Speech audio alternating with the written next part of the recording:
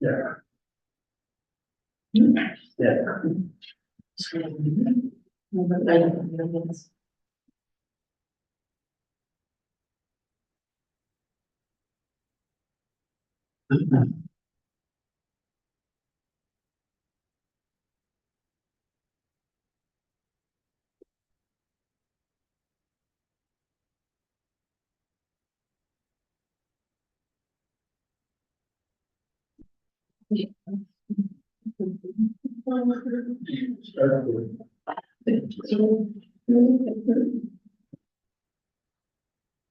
Call the White Lake City Council meeting of Monday, February 26, 2024 to order. Roll call, please. Scott. Here. Beauregard. Here. Grams. Here. Kramer. Zins. Here.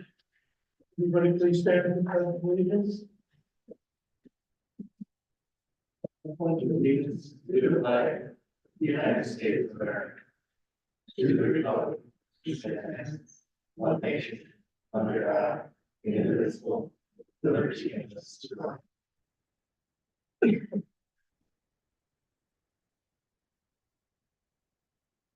all. Consent agenda, everybody had a chance to look over it. Items on the consent agenda. And we still have our motion to approve. Make that motion. Motion made by Councilor Graham, is there support? I'll support. Support by Councilor Beauregard. Any further discussion?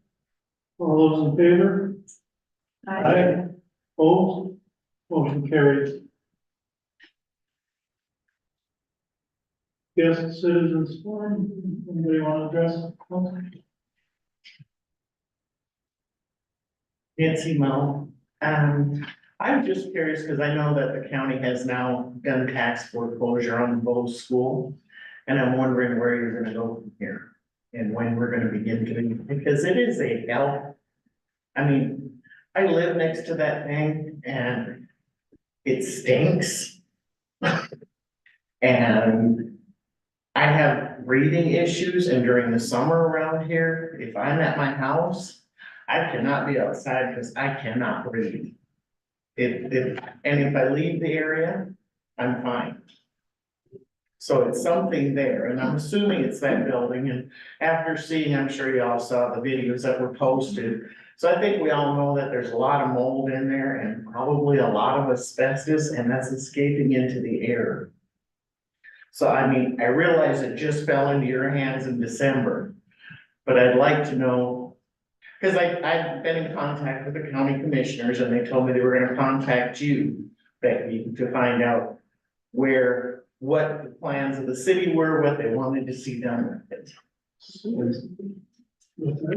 Yeah, because you. Yeah. Yep, so I have spoken with St. Louis County, both the community development and land and minerals about the building. It is not with the city, it is with St. Louis County. It's in Yes. tax forfeit.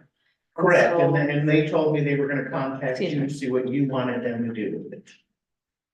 Okay, so I spoke with them, and like I informed the city council, the county is waiting for both some litigation and legislation to work its way through the courts and the legislature. And so there's some litigation about tax forfeit property and exactly what they can do with it and how they can do with it, and legislation with the same. So I need to contact the county commissioners again. And I can address that. So tax forfeited properties actually used to be pretty simple with tax forfeited properties, because when they did go tax forfeit, then, they really are held by the county, but then cities would be able to essentially take over ownership of it through the county. There was a pretty simple process, but that changed because there was a landmark US Supreme Court ruling that dealt with, tax forfeited parcels. If somebody doesn't pay their taxes, and essentially the local government takes over ownership of the land, and then ends up, for example, selling it for more than it's worth, or selling it for more than the person owed on the back taxes, that's an illegal taking of land by the government. So basically what happened is there was a landmark US Supreme Court decision So that really changed the landscape on what county governments can do with tax forfeited parcels. And so now, like Becky mentioned, that's now making its way through the court system, and I believe there's legislation going through the current legislative session to try to squarely address the problem that was left by that US Supreme Court decision. So as far as what can happen with tax forfeited parcels, it's no longer that they can just basically deed it over to the city and then the city can essentially do what they want with it. Now what happens is the county's gotta wait to see what happens with that legislation that hopefully will What about clarify. condemning the building? And then what has to happen, and I think realistically, I think what is gonna happen is, as far as addressing it, right now, the jurisdiction of that's gonna be with the county, not with the city. Right. Okay, And- so I and go back to the county. that was my next point, is they indicated that as this stuff moves through litigation and legislation, they are gonna look to see what they can do with the building, if it is tear it down, if what it is, but we'll be working with St. Louis County. And can we not have it looked at to see if it can be condemned? I mean, it hasn't been maintained. The only maintenance that's been done on it has been done by the city doing the mowing of the lawn. But I mean, the building is falling down, and if you look under what says you can send in and have it be condemned, it falls in the categories, Right. every single one of them. I had talked to Becky and I saw the video also. And I talked to Becky about sending that to the St. Louis County also. Oh, I did send it to the county commissioners. But it's like, we've sent letters to this county health department, we've sent letter, state health department because of the mold smell in the summer especially. And got nowhere with it. And I don't know. I know when Chris Greenland was mayor, he went to the IRRR. We talked about how, if we purchased that building, at that time, the price tag, and this was pre-COVID, was Yeah. over around $600,000 to demo that building. Mhm. And the only way that we could get money from the IRRR is if we already had a plan in place. What we were gonna do, somehow we had to either have a development project already in place. So if you had a group of citizens that came together and came up with an idea of what could be done on that land. The ideas aren't the problem, it's the cost of engineering and a development plan. I mean, I don't care if you don't ever put anything on there. I want that building out of there so that my health. I mean, most of you probably don't care about it because you don't live by it, No, we do. but I can't breathe in the summer months. I mean, I literally leave town so that I can breathe again. No, we don't know how bad it is, it's just, trying to get something done. So when, another thing, just a jurisdictional thing, when there is a health hazard like that, it really actually, community health hazards like that really fall really within the responsibility of there's a regional, community health board, and that's the Lake Cook, St. Louis County, I think it's Lake Cook, St. Louis Carlton County Community Health Board. And if there's a health hazard that exists in a community, that is the agency that's responsible for, trying to abate those health hazards. And I know that communications have been made with the health board in St. Louis County. And unfortunately, we have. And I mean, it's not just health. You've got a hazard there for small children because if they got into film, you can get in the building. And who's gonna be responsible if somebody's child gets killed in there? Then who gets sued? County, it's not our property. It's not our property. I think if everyone, whether it's community members, counselors, mayors, if we all contact the health board, keep contacting St. Louis County, I mean, the more we flood them with the request that something needs to be done, maybe they'll pay attention, but there's really nothing. Well, can you get that information so we can post it on our White Lake site and have everyone contact them? Because I think we have a pretty good group of people that, I mean, that's how I that's why I contacted the county commissioners. Once I found out they owned it, I got a hold of, and I started sending out emails to everybody and said, send a letter. It's time. I mean, because we were told in January that it hadn't even gone into tax foreclosure. which was not true. It foreclosed in December. But we were told, because we started talking about what could be done with the area, and we were told that it hadn't even been foreclosed on yet. And it actually foreclosed in December. Yeah, now that the notice is out and we all know that it's county property and all we can do is keep contacting them and hopefully. Okay, well, I just sent him an email before I left here to see what the city had to say to him, so. But I believe in December, it still showed on the tax, on the, Land Explorer, it still showed the CW was the owner of Superior, or Bowles, whatever. Yeah, whatever. And then, yes, it was, that was still in tax forfeiture. So that's why we thought it was still in tax forfeiture, because that's what it was showing on that. Okay, cause at one point we were discussing it on Facebook and it actually came up that it was owned by the state of Minnesota. Yeah, you know, And I don't know if that, if you wanna kind of make a grassroots effort, I would suggest you don't use the disgruntled White Lake citizen false propaganda Facebook. well, I am on that Facebook page and I'm not disgruntled. I don't have a problem with any No, of there's it. there's a lot of false information that circulates on that so-called, Facebook page. And I think you'll notice that every time I stood up and asked the questions that were on there that I had seen on the page and asked to get the correct answer, So so I would recommend you not use that platform if you wanna try to make a legitimate grassroots effort to do something about that, I don't think you say this. well, Here's my recommendation. we're just using it to get a hold of people to help us. Yeah. I mean, do you have any other ideas on how we could do that?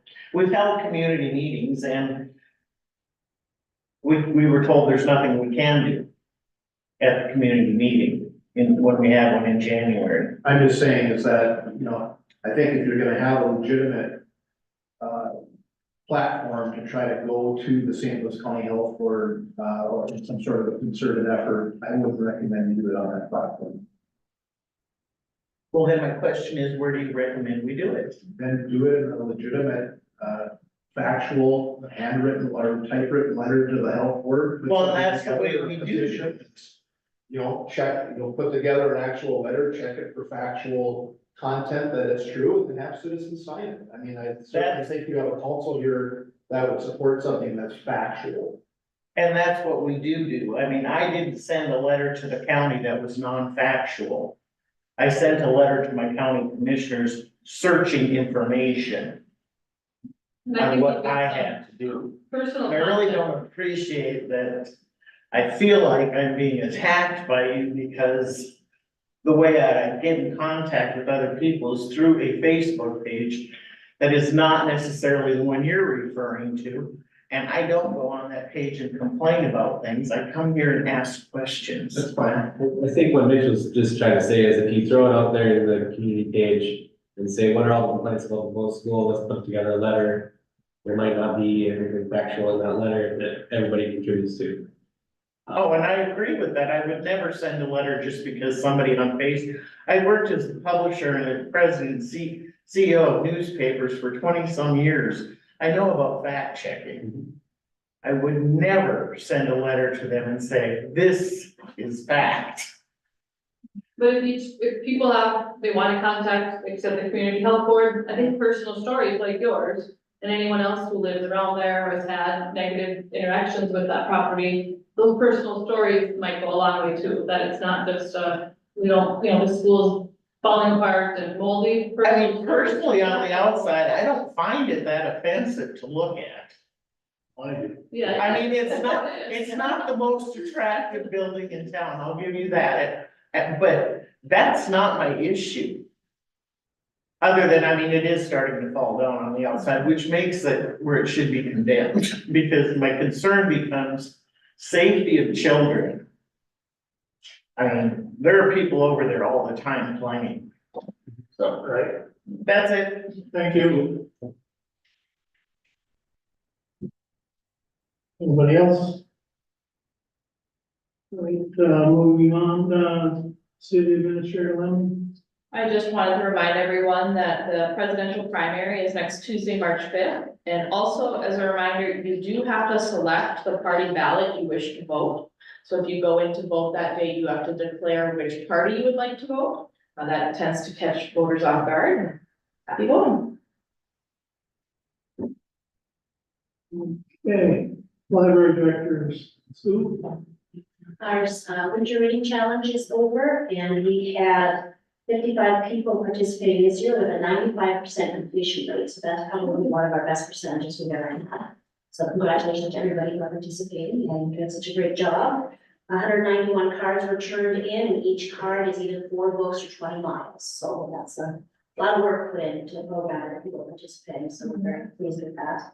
We are in the middle of doing inventory. We haven't done it since 2016, I believe. So we've done a lot of reading and a lot of reorganizing, so we're very at this time. So if you see and hear a lot of meeting going on in the library, that's what we're doing with the scanner.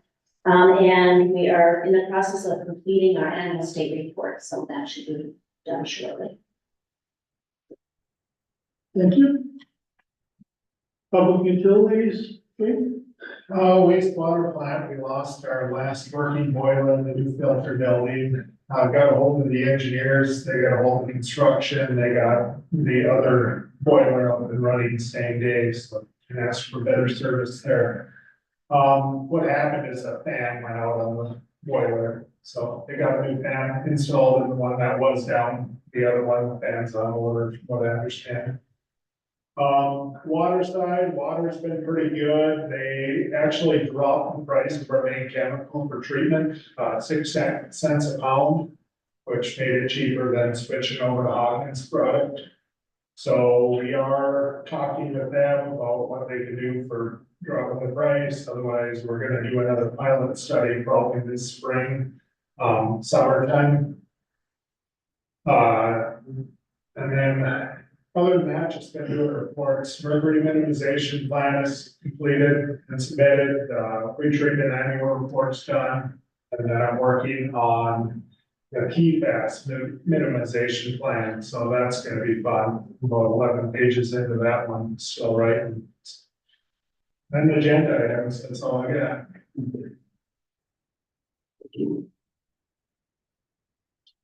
Attorney Dunkel? No report. Was there anything on the flow, is that close now? We're just waiting for the final title to come through from the representatives at Flow. The owner of Flow was actually down in Florida for a couple of months, so he's back this week.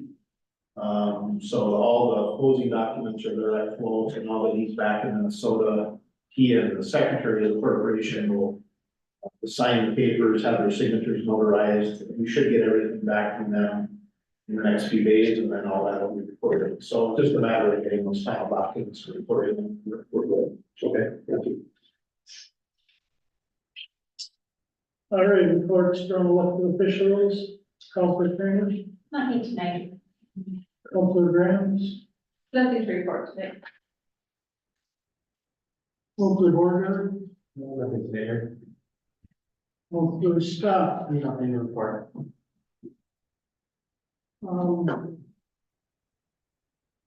I attended the Range Mayor's meeting.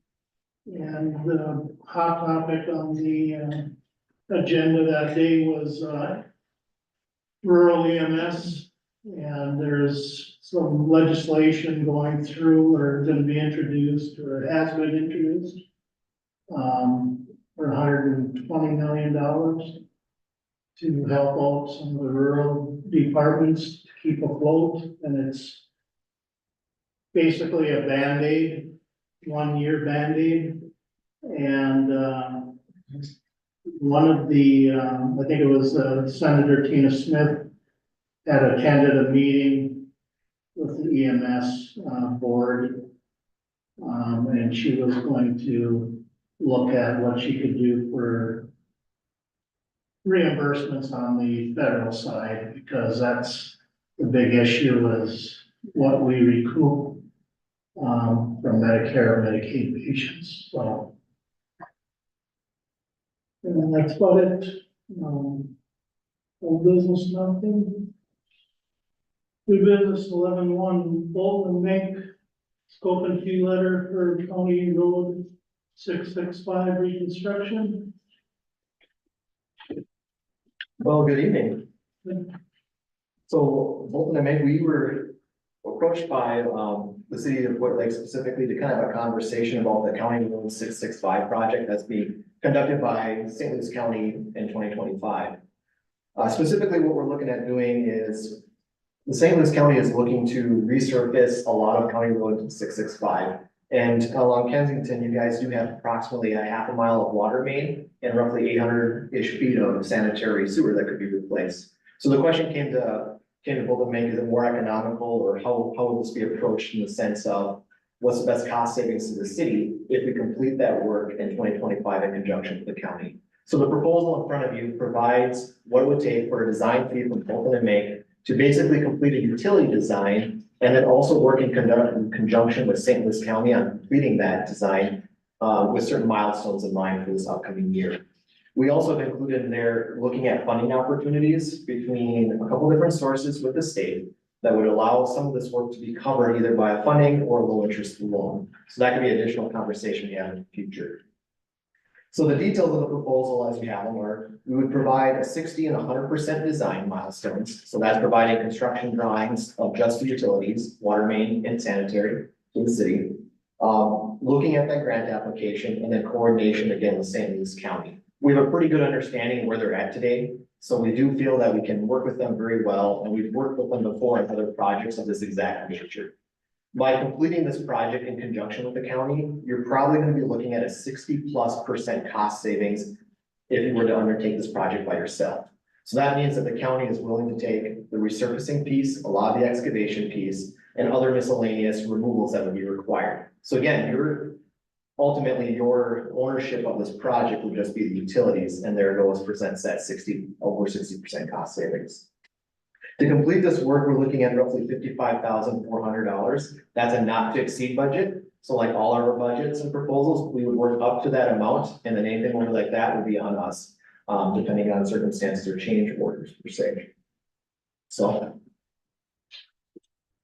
You know, does this project include the bike path alongside Kensington there? No, it does not.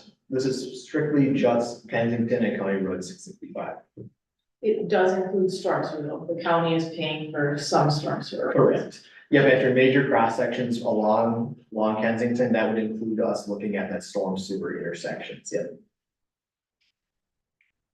Just so council's aware, this resurface was supposed to take place in 2025, Correct. and they moved it up.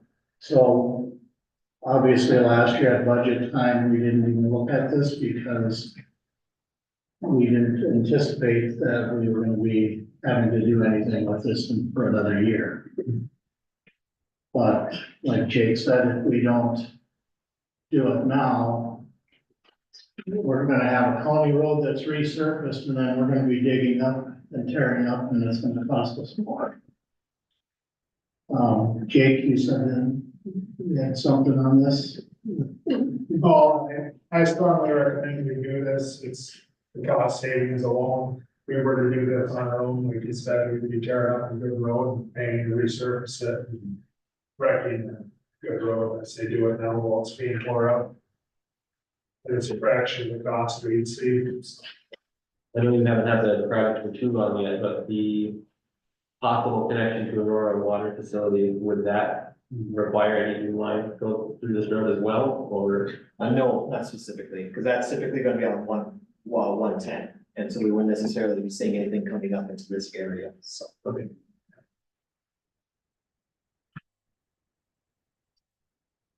However, I will ask that question, just to verify and provide you a summary of what I find out, so.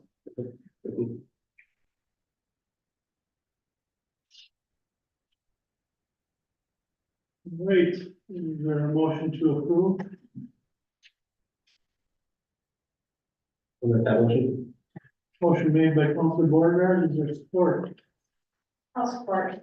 Supported by Councilor Penniman. Any further discussion? All those in favor? Aye. Opposed? Motion carried. One and two is the, Ranger ATV Snow Club invoice for SEH in the amount of $7,806.32 for the Move 7 Beaver Trail project. And just a reminder for this invoice and the next invoice for SEH, these are both pass-through projects, and so there's no city money going towards this, we are just a facilitator. So is there a motion to approve, 11-2 in the amount of $7,806.32? I'll make that motion. Motion made by Counselor Scott, is there support?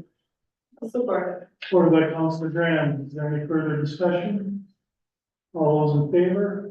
Aye. Opposed? Motion carried.